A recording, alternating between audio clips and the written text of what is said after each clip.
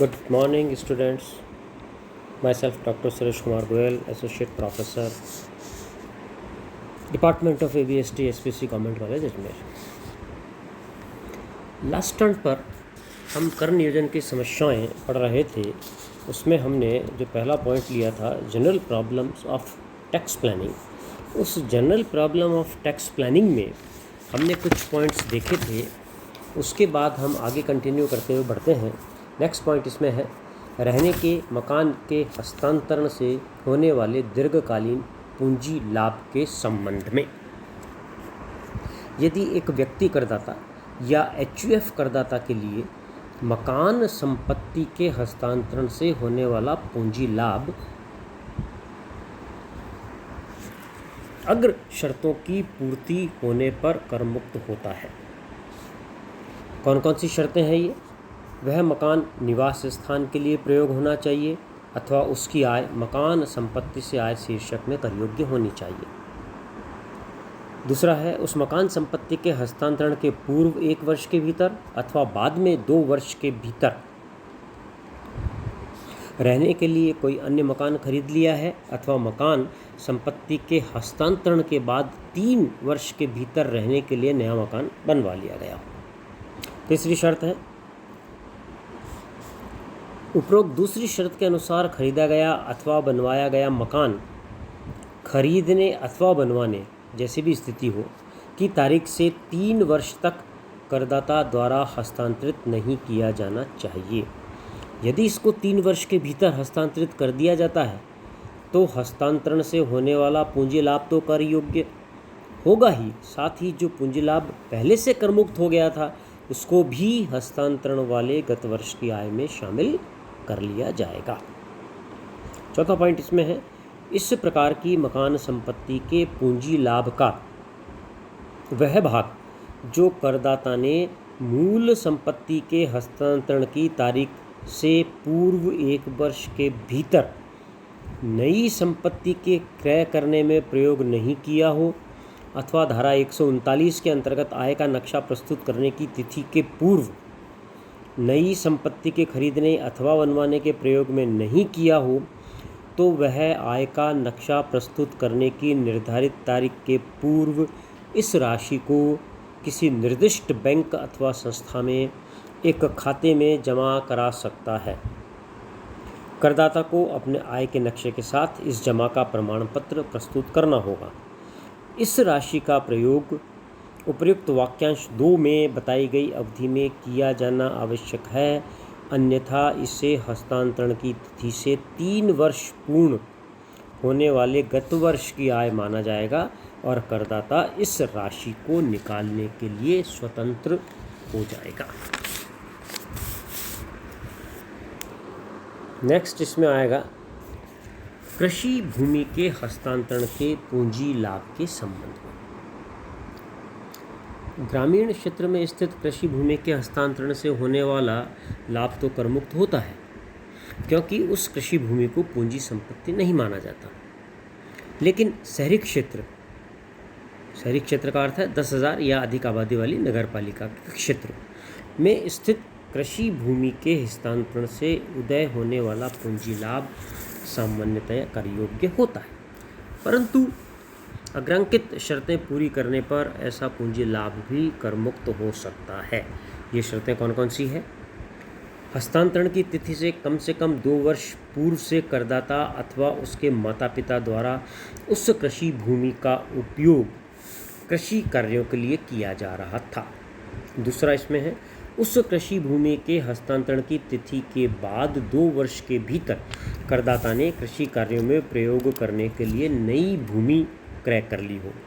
तीसरा है उपयुक्त वाक्यांश दूसरे के अनुसार निर्धारित अवधि में क्रय की गई भूमि क्रय करने की तिथि के बाद 3 वर्ष के भीतर हस्तांतरित नहीं की जानी चाहिए, अन्यथा नई भूमि से होने वाले पूंजी लाभ में पुरानी भूमि के करमुक्त पूंजी लाभ को भी शामिल करते हुए कर योग्य कर लिया जाएगा। चौथा पॉइंट इसमें है पूंजी लाभ का वह भाग जो करदाता ने धारा 139 के अंतर्गत आय का नक्शा प्रस्तुत करने की तिथि के पूर्व नई कृषि भूमि के क्रय में प्रयोग नहीं किया हो तो वह आय का नक्शा प्रस्तुत करने की निर्धारित तिथि से पूर्व इस राशि को किसी निर्दिष्ट बैंक अथवा संस्था में जमा करवा सकता है। करदाता को अपनी आय के नक्शे के साथ इस जमा का प्रमाण पत्र प्रस्तुत करना होगा। इस राशि का प्रयोग उपयुक्त वाक्यांश 2 में बताई गई अवधि में किया जाना आवश्यक है, यानी 2 साल। अन्यथा इसे हस्तांतरण की तिथि से 2 वर्ष पूर्ण होने वाले गत वर्ष की आय मान लिया जाएगा और करदाता इस राशि को निकालने के लिए स्वतंत्र हो जाएगा। नेक्स्ट इसमें है भूमि एवं भवन के अनिवार्य अधिग्रहण से उत्पन्न पूंजी लाभ के संबंध में। यदि करदाता के किसी औद्योगिक उपक्रम से संबंधित भूमि अथवा भवन अथवा उसमें निहित अधिकारों के किसी कानून के तहत अनिवार्य रूप से अधिग्रहित कर लिए जाने पर कोई पूंजी लाभ उदित होता है, तो ऐसा पूंजी लाभ अग्रांकित शर्तों के पूरा होने पर करमुक्त होता है। ये शर्तें कौन कौन सी है? पहली, करदाता उस भूमि अथवा भवन अथवा उसमें निहित अधिकारों का प्रयोग इनके हस्तांतरण के पूर्व कम से कम 2 वर्ष से अपने ऐसे औद्योगिक उपक्रम के व्यवसाय के लिए कर रहा था। दूसरा है, अधिग्रहण के पश्चात 3 वर्षों में कोई दूसरी भूमि अथवा भवन खरीद लिया हो अथवा बनवा लिया हो। तीसरा पॉइंट है, नई भूमि अथवा भवन को खरीदने अथवा बनवाने का उद्देश्य अपने औद्योगिक उपक्रम को पुनः स्थापित करना अथवा नए उपक्रम को स्थापित करना होना चाहिए। चौथा पॉइंट इसमें है, पूंजी लाभ का केवल एक भाग ही करमुक्त होगा जिसका प्रयोग नई भूमि या भवन को खरीदने या बनवाने के लिए कर लिया जाता है। शेष पूंजी लाभ कर योग्य होगा। पांचवा पॉइंट है, यदि नए खरीदे गए अथवा बनवाए गए भूमि अथवा भवन को क्रय करने अथवा बनवाने की तिथि से 3 वर्ष के अंदर हस्तांतरित कर दिया जाता है, तो नए पूंजी लाभ के साथ पुराने करमुक्त पूंजी लाभ पर भी कर लगेगा। और छठा इसमें है, जो पॉइंट हमने 12 और 13 में देखा था उसकी तरह आय का नक्शा प्रस्तुत करने की निर्धारित तिथि से पूर्व किसी निर्दिष्ट बैंक अथवा संस्था में राशि जमा करवाने एवं निर्धारित अवधि में व्यय करने की सुविधा और अन्य प्रावधान ऐसे पूंजी लाभ पर भी लागू होंगे। नेक्स्ट इसमें है, रहने के मकानों के अतिरिक्त अन्य दीर्घकालीन पूंजी लाभों के संबंध में। यदि एक व्यक्ति करदाता या हिंदू अविभाजित परिवार को रहने के मकानों के अतिरिक्त अन्य दीर्घकालीन पूंजी संपत्ति से होने वाले पूंजी लाभ की राशि अग्रांकित शर्तें पूरे करने पर कर मुक्त होती हैं। कौन कौन सी शर्तें हैं? पहला, करदाता उस दीर्घकालीन पूंजी संपत्ति के हस्तांतरण की तिथि से तुरंत पूर्व 1 वर्ष के भीतर अथवा तुरंत बाद 2 वर्ष के भीतर कोई रहने का मकान क्रय कर लेता है, अथवा उस दीर्घकालीन पूंजी संपत्ति के हस्तांतरण के बाद 3 वर्ष के भीतर रहने का मकान बनवा लेता है। दूसरा पॉइंट इसमें है, उस दीर्घकालीन पूंजी संपत्ति के हस्तांतरण की तिथि को करदाता नई संपत्ति के अलावा 1 से अधिक अन्य रहने के मकान का स्वामी नहीं होना चाहिए तथा उसके द्वारा नई संपत्ति के अलावा 2 वर्ष के भीतर दूसरा मकान नहीं खरीदा जाना चाहिए अथवा 3 वर्ष की अवधि के भीतर दूसरा मकान नहीं बनवाया जाना चाहिए, अन्यथा उसे इस धारा की छूट प्राप्त नहीं होगी। तीसरा पॉइंट है, दीर्घकालीन पूंजी संपत्ति के हस्तांतरण से प्राप्त शुद्ध प्रतिफल की संपूर्ण राशि नए मकान को खरीदने या बनवाने के लिए प्रयोग करने पर ही संपूर्ण पूंजी लाभ कर मुक्त होगा।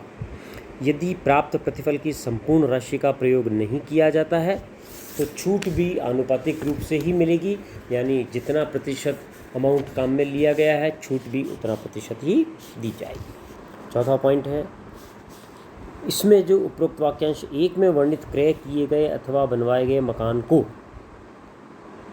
इसके क्रय करने अथवा बनवाने की तिथि के 3 वर्ष के भीतर हस्तांतरित नहीं करना चाहिए, अन्यथा नए पूंजी लाभ के साथ साथ पुराना करमुक्त पूंजी लाभ भी कर योग्य हो जाएगा।